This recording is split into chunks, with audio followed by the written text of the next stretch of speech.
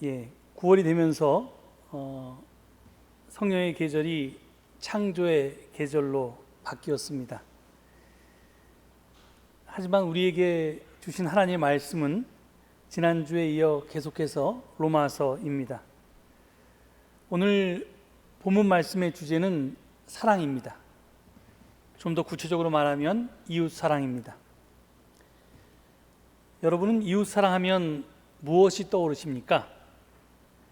저는 이번 증언을 준비하면서 사랑제일교회가 제일 먼저 떠올랐습니다. 이름대로 산다는 말이 있습니다.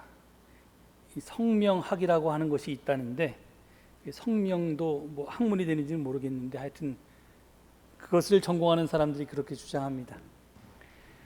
이름이 수없이 불리고 사용되면서 그 이름에 따른 이미지가 생성이 되고 또 에너지도 만들어집니다. 그리고 그 이미지나 에너지는 그 이름의 주인공에게 밤낮으로 영향을 미치게 됩니다. 그래서 결국 이름이 그 주인의 운명을 견인하게 된다는 것입니다. 그래서일까요? 우리는 자녀의 이름을 지을 때 고민을 참 많이 합니다. 특별히 이런 사람이 되었으면 하는 소망을 담아서 자녀의 이름을 짓습니다. 그런데 이는 사람 이름에만 적용되는 것이 아닙니다. 물건이나 단체의 이름을 지을 때도 마찬가지입니다. 가게의 이름을 지을 때도 마찬가지입니다. 아마도 사랑제일교회라는 이름도 그렇게 지어졌을 것입니다.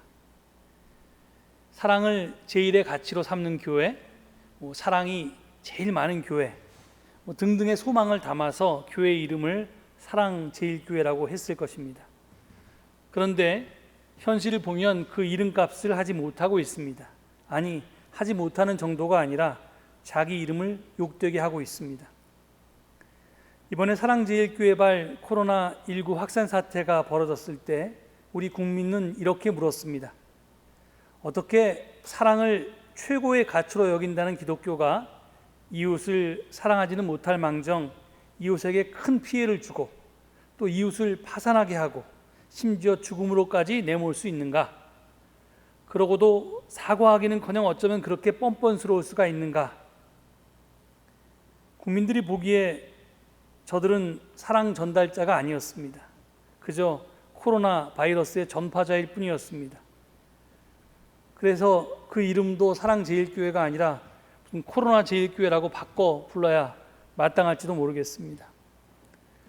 그런데 이것이 사랑제일교회만의 문제일까요? 우리 서울제일교회는 여기서 예외일까요?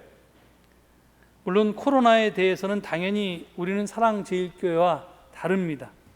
하지만 제 질문은 코로나에 관해서가 아닙니다. 이웃 사랑에 관해서입니다.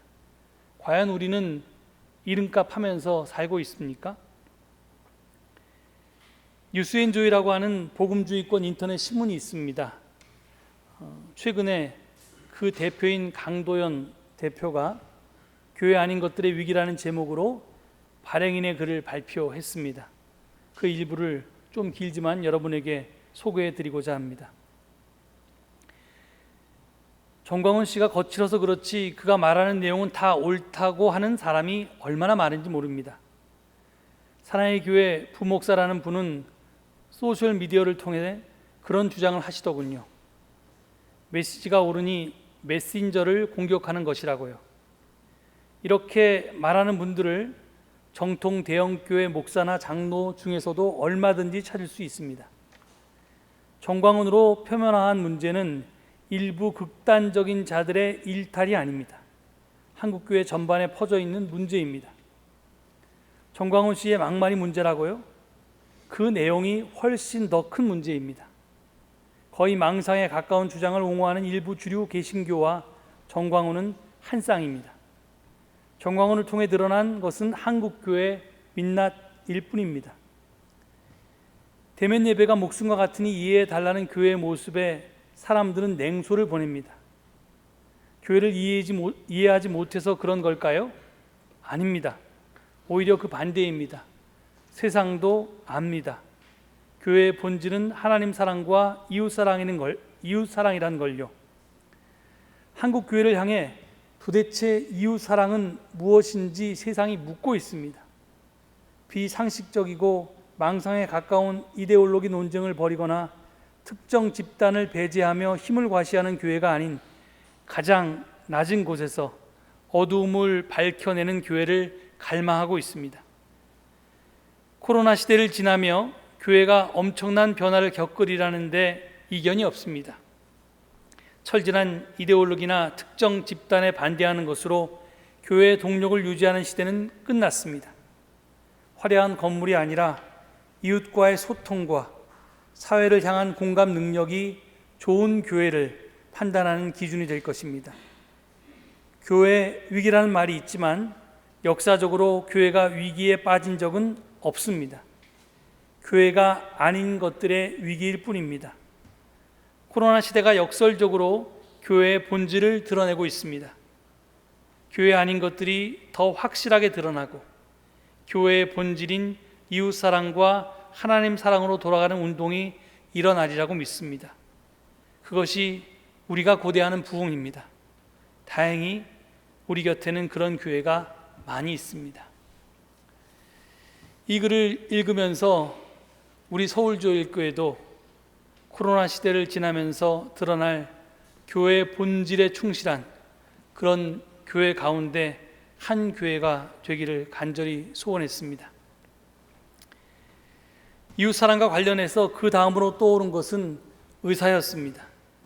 물론 그 이유는 이번에 있었던 의사 파업 사태 때문이었습니다. 제가 예전에 병원에서 원목으로 일했을 때 처음에 든 생각은 병원이라는 곳에 근무하기 시작하면서 처음으로 든 생각은 이 병원이라는 세상에는 두 종류의 사람만이 있다는 것이었습니다. 의사와 의사가 아닌 사람. 병원은 크게 진료부와 행정부로 구분됩니다. 그런데 행정부 소속 직원은 물론이고요, 진료부 소속 간호사와 같은 의료진까지도 의사가 아닌 사람으로 분류되어서 다 똑같았습니다. 제가 느끼기에 그것은 마치 양반과 상놈으로 구분된 그 옛 신분제 사회와 비슷했습니다. 특히 젊은 의사일수록 의사라고 하는 자기 직업에 자부심이 매우 강했습니다. 물론 그것은 엘리트 의식의 발로였습니다. 어려서부터 엘리트 코스를 밟아왔기에 그것이 자연스럽게 몸에 밴 듯했습니다. 조금 지나고 나니까 그렇지 않은 의사가 더 많다는 사실을 알게 되었습니다. 연륜이 쌓이고 직책과 직급이 높을수록 겸손한 의사가 더 많았습니다. 나중에 알게 되었지만 의사라고 다 같은 의사가 아니었습니다. 제가 말하는 것은 그런 수련병원의 의사의 직급 체계를 말하는 것이 아닙니다. 수련병원을 보면 전공의가 있고요, 전문의가 있습니다. 전공의에는 인턴도 있고 레지던트도 있고요, 또 전문의도 다 똑같은 전문의가 아니라 임상 강사서부터 또 교수가 여러 단계로 구분되어 있습니다. 이렇게 의사도 이게 여러 체계로 나뉜다는 사실을 제가 말씀드리는 것이 아니라요, 제가 병원을 다니면서 주워 들었던 이야기인데 소의와 중의와 대의가 있다는 그런 말입니다. 병원에서 일하다 보니까 어디선가 우연히 이런 말을 들었습니다. 소의, 작은 의사는 질병을 고치고, 중의, 중간 의사는 사람을 고치며, 대의, 큰 의사는 국가와 사회를 고친다. 이런 격언입니다. 국가와 사회를 고친다는 대의는 여러분이 요즘 TV에서 매일 보는 그 정은경 질본관리본부장 같은 의사를 떠올리시면 됩니다. 또 예전에 우리나라의 전 국민 의료보험 제도를 만드는 데 앞장서셨던 장기려 박사 같은 그런 의사 선생님들을 떠올리시면 될 것입니다. 이렇게 의료를 통해서 우리 사회와 나라를 고치고 바꾸는 그런 일을 하는 의사들이 있습니다. 그리고 또 의사가 아닌 사람 중에서도 그렇게 그 직업은 의사가 아니지만 사회와 국가를 고치는 그런 일을 하는 사람도 이 개념에 따르면 대의라고 할 수 있습니다. 소의와 중의의 구분은 현대의학의 아버지라고 불리는 윌리엄 오슬러가 했다는 말에 잘 드러나 있습니다. 그분이 뭐라고 했냐면, 훌륭한 의사는 병을 치료하지만 위대한 의사는 환자를 치유한다, 이런 말을 했습니다. 그러니까 의사가 사실은 병을 고치는 사람인데요, 훌륭한 의사는 그 병만 바라보고 그 병을 치료하는 데 힘쓰지만 위대한 의사는 그 병을 앓고 있는 환자 자체를 치유한다, 그런 말입니다. 여러분 가운데서도 읽어보셨을지 모르겠는데, 그 청년 바보 의사라고 하는 베스트셀러가 있습니다. 그 책의 주인공이 안수연 선생님이란 그 의사 선생님이었는데요, 그분이 그분만 그런 건 아니지만 우리에게 잘 알려진 대표적인 사람 고치는 의사일 것입니다. 그런데 제게 이 소의와 중의와 대의에 대해서 알려주셨던 의사 선생님이 계십니다. 홍창희 장로님이신데요, 그분은 국내 소아심장학의 태두였고, 그리고 서울대학교 병원장도 지내셨고, 인도주의 실천의사협의회 초대 이사장도 역임하신 그런 분이십니다. 그런데 그분은 의사가 소의와 중의와 대의만 있는 것이 아니라 하나 더 있다. 근데 그 하나 더 있는 의사는 악의라고 저에게 말씀하셨습니다. 악한 의사, 나쁜 의사라고 그렇게 말했습니다. 악의는 병도 아니고 환자도 아니고 돈에만 관심하는 의사를 가리킵니다. 저는 이번 의사 파업 세태가 우리나라 의사들이 어떤 의사들인지를 적나라하게 드러낸 사건 같아서 매우 안타깝습니다. 영어로 직업을 뜻하는 단어는 잡이 있고요, 또 하나 보케이션이라는 단어도 있습니다. 이 잡과 보케이션은 하늘과 땅 차이만큼 큰 차이가 있는데요, 이 잡은 돈을 벌기 위해서 일하는 거고요, 보케이션은 소명을 실현하기 위해서 일하는 것입니다. 잡은 내가 중심이고요, 보케이션은 그러니까 나 아닌 다른 사람이 중심입니다. 의사에게 적용하면 피지션 오리엔티드 허트, 그러니까 이제 의사에게 그 집중하는 그런 마음을 가졌고 의사 중심적인 사고를 한다는 거죠. 그리고 반대는 페이션트 오리엔티드 하트라고 해서 이제 환자 중심적으로 생각하는 그런 마음입니다. 당연히 이제 이기적이고 이타적이고 이렇게 구별이 됩니다. 모든 의사는 의대를 졸업하면서 히포크라테스 선서라는 것을 합니다. 여러분도 이 선서에 대해서 한 번쯤 들어보셨을 텐데요, 그 첫 구절은 다음과 같습니다. 이제 의업에 종사할 허락을 받음에 나의 생애를 인류 봉사에 바칠 것을 엄숙히 서약하노라. 그렇습니다. 의사는 자기 직업을 통해서 인류에 봉사하는 사람입니다. 그래서 우리는 의술을 통해서 인술, 어짐을 베푸는 그런 의사를 존경하고 존중하는 것입니다. 그런데 의사가 스스로 자기 소명을 호구지책 정도로 전락시킨 것 같아서 매우 안타깝습니다. 근데 저는 이번 의사 파업 사태를 경험하면서 소명은 사라지고 직업만 남은 우리의 현실을 되돌아보게 되었습니다. 소명이 없는 목사 또는 소명에서 멀어진 목사를 가리켜서 사람들은 먹사라고 부릅니다. 이웃사랑이라는 사명에서 멀어진 기독교를 사람들은 개독교라고 비하해서 부릅니다. 우리 개신교회는 만인사제론을 주장합니다. 또 직업에 귀천이 없다고도 가르칩니다. 이 말은 모든 사람은 자기 직업을 통해서 하나님께서 내리신 천부적인 소명을 실현할 수 있다는 그런 뜻이기도 합니다. 그런데 자본주의가 고도화되면서 소명은 사라지고 직업만 남았습니다. 직장과 직업은 단지 돈을 버는 수단으로 전락해버렸습니다. 그래서 연봉의 많고 적음에 따라서 좋은 직장과 그렇지 않은 직장, 좋은 직업과 그렇지 않은 직업을 구분하게 되었습니다. 이것이 비극입니다. 직장과 직업이 단지 돈으로만 평가되면 소명은 사라지고 또 사람도 사라져버립니다. 직업을 통해서 자기를 실현할 길이 막혀버립니다. 그러면 욕구, 불만이 쌓일 수밖에 없고요. 자기 욕구를 해소할 다른 것들을 찾게 됩니다. 그것이 오늘 본문 13절에 언급한 호사한 연애와 술 취함, 음행과 방탕, 싸움과 시기 등일지도 모르겠습니다. 아무튼 직업을 잡으로 여기느냐 아니면 보케이션으로 여기느냐 하는 그 직업과는 저는 첫 단추에 해당된다고 생각합니다. 첫 단추를 잘못 끼우면 이후 나머지는 다 잘못될 수밖에 없습니다. 그래서 여러분에게 묻습니다. 여러분은 돈만 벌기 위해서 일을 하십니까? 아니면 내가 하는 일을 통해서 보람을 느끼고 또 긍지를 갖습니까? 자기 잡을 통해서 여러분의 보케이션을 실현하십니까? 사실 우리 잡이 무엇이든, 만약에 주부이든 아니면 은퇴자든지 하여튼 특정하게 돈을 버는 일을 하지 않아도 내가 무슨 일인가는 하고 있을 텐데, 그 일이 나만을 위해서 하는 일인가요? 아니면 남을 배려하는 자세로 그 일을 합니까? 남에 대한 배려가 없다면 나는 지금 내가 흉보고 있는, 손가락질하고 있는 그런 사람들과 무엇이 다릅니까?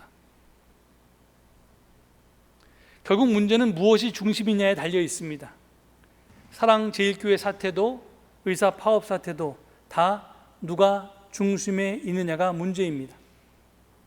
그 중심에 나만 있으면 이웃은 밀려나서 눈에 보이지 않게 됩니다. 자기만 사랑하면 이웃 사랑은 공연불이 됩니다. 그런데 이런 이기적인 생활 태도는 남이야 어떻게 되든 나는 잘 사는 길이라고 생각하는데 그것은 착각입니다. 결국은 그 길은 너도 나도 공멸하는 길입니다. 그래서 이웃사랑을 생각하면서 제가 세 번째로 떠올린 것은 오늘 우리가 직면하고 있는 기후위기의 현실이었습니다. 마침 오늘 창조절이 시작되었습니다. 창조절은 하나님이 태초에 창조하시고 보시니 참 좋았다고 하신 그 창조 질서의 회복을 생각하는 계절입니다. 이 절기를 시작하면서 우리에게 주어진 본문의 주제는 이제껏 살펴보았듯이 이웃사랑입니다. 그래서 창조절에 생각하는 이웃사랑에 대해서 좀 마지막으로 다루고자 합니다. 지금 인류는 예전에 겪어보지 못한 위기에 직면해 있습니다. 코로나19의 대유행과 역대 최장 기간을 기록한 장마로 인해서 전국에 걸쳐서 발생한 홍수와 산사태, 그리고 계속해서 우리에게 다가오는 초강력 태풍 등으로 우리는 기후 위기를 실감하고 있습니다. 이제 기후 위기는 강 건너 불이 아닙니다. 남의 일이 아닙니다. 발등에 불이고 우리 일, 우리의 위기입니다. 그런데 이 위기의 원인은 무엇입니까? 바로 인류의 욕망 때문이 아닙니까? 더 편리하게, 더 풍족하게 살고자 하는 우리의 욕심이 지금의 사태를 불러오지 않았습니까? 지난 7월 초에 UN 환경계획과 국제축산연구소가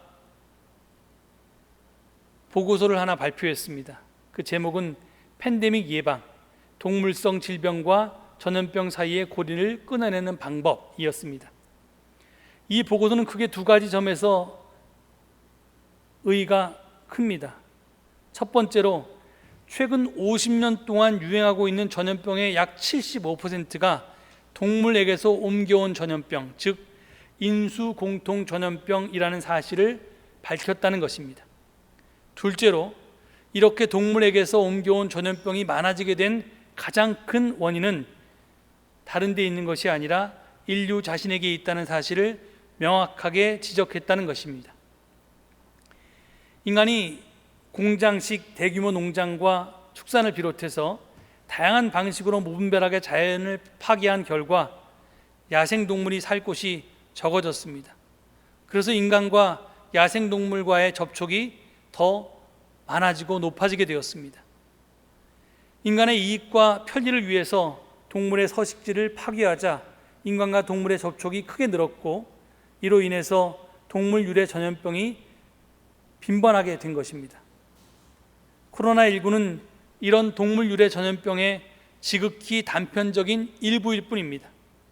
하지만 그 일부만으로도 인류는 지금 엄청난 고통을 겪고 있음을 우리는 깊이 성찰해야 할 것입니다. 인간의 무분별한 개발과 이로 인해 발생하는 생태계 파괴는 대단히 많은 생물을 멸종 위기로 몰아넣고 있습니다. 그리고 지구 온난화를 가속시켜 왔습니다. 지금 우리가 50일이 훌쩍 넘은 장마를 경험했고요. 그리고 이 홍수에 이어서 폭염을 경험했는데요.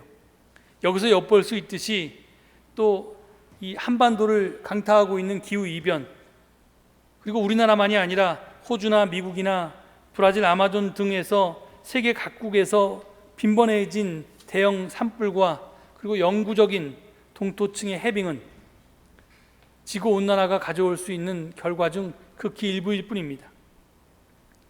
산업화 이전과 비교해서 지금 지구 온도는 1도 상승했습니다. 그런데 그 1도의 기온 상승이 지금 우리에게 이런 위기를 가져왔습니다.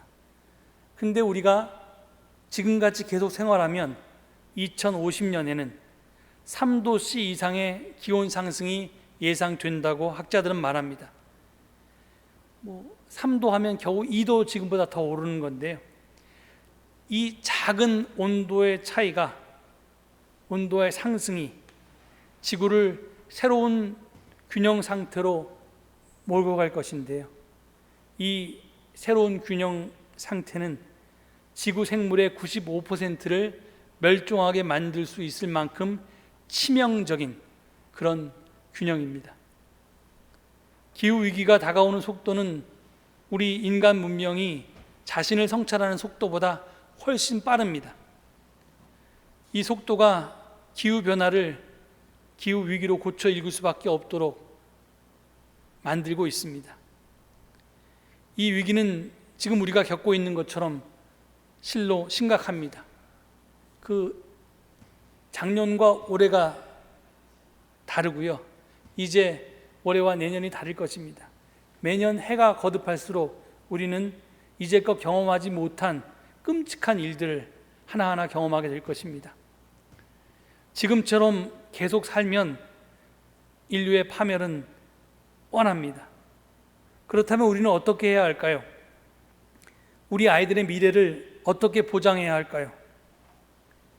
멈춰야 합니다. 이번에 코로나19로 사람들이 멈추니까 자연이 살아나는 것을 보지 않았습니까? 달리면 나만 보이지만, 아니 어쩌면 나도 보이지 않지만 멈추면 우리가 이제껏 보지 못하던 것들을 볼 수 있게 됩니다. 우리의 이웃이 보이고요. 그리고 우리 주변이 보이기 시작합니다. 우리 이웃에는 사람만이 아니라 창조 세계도 포함된다는 것을 기억해야 합니다. 따라서 21세기의 이웃 사랑은 생태정의 실천과 분리될 수가 없습니다. 내 편리, 내 풍요 추구를 멈추고 이웃을 돌아보아야 합니다. 나만 배려하지 말고 그들도 배려할 수 있어야 합니다. 그래야 나도 살고 이웃도 살고 함께 다 같이 살 수가 있습니다. 이것이 나를 위하고 우리 자녀를 위하고 우리 모두와 지구 생태계 전체를 지키고 위하는 길이기도 합니다. 각자 삶의 자리에서 최선을 다해서 이웃 사랑을 실천하는 일, 그것이 우리 그리스도인의 삶의 자세일 것입니다. 마침 오늘 정시영 집사님이 소원이라는 노래를 찬양으로 불러주셨습니다. 이 곡은 제가 참 좋아하는 곡인데요. 하나님은 너를 지키시는 자라는 곡으로 우리에게 잘 알려져 있는 꿈이 있는 자유라고 하는 CCM 듀엣의 곡입니다. 그분들이 펼쳤던 앨범 중에 3집인가에 실려 있습니다. 제가 미국에서 공부할 때 이 앨범이 발행됐는데 그 3집에 있는 곡들이 너무 좋아서 제가 다 돈 주고 다운로드 받아서 미국에서 자주 들었던 기억이 납니다.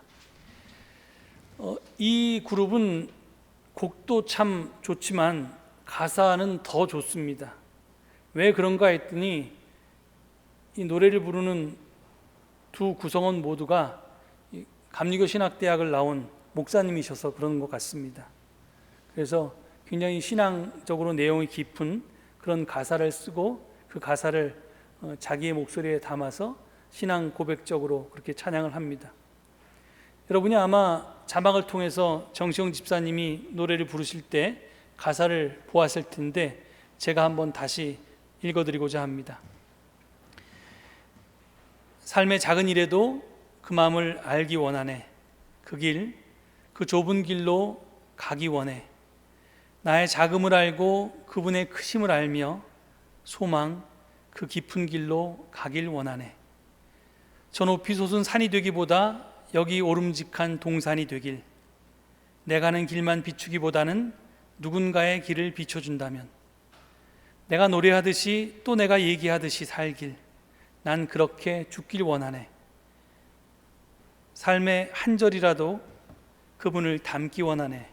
사랑 그 높은 길로 가길 원하네. 사랑 그 좁은 길, 그 깊은 길로 가길 원하네. 이 가사처럼 내가, 우리가, 그리고 우리 서울제일교회가 예수님을 알고 예수님을 따르고 예수님을 살아낼 수 있기를 소원합니다. 특히 말로만 사랑하지 않고 자기가 말한 대로 생활할 수 있기를, 행동할 수 있기를 바랍니다. 대단한 일은 하지 못해도 내가 할 수 있는 만큼만은 최선을 다해서 해낼 수 있기를 바랍니다. 그리고 그 사랑의 길이 비록 높고 좁고 깊기에 가기 힘들지라도 앞에서 끌어주고 뒤에서 밀어주면서 여럿이 함께 끝까지 포기하지 않고 그 길을 갈 수 있기를 소망합니다. 이 말씀을 기억하시면서 잠시 묵상 가운데 침묵하시겠습니다.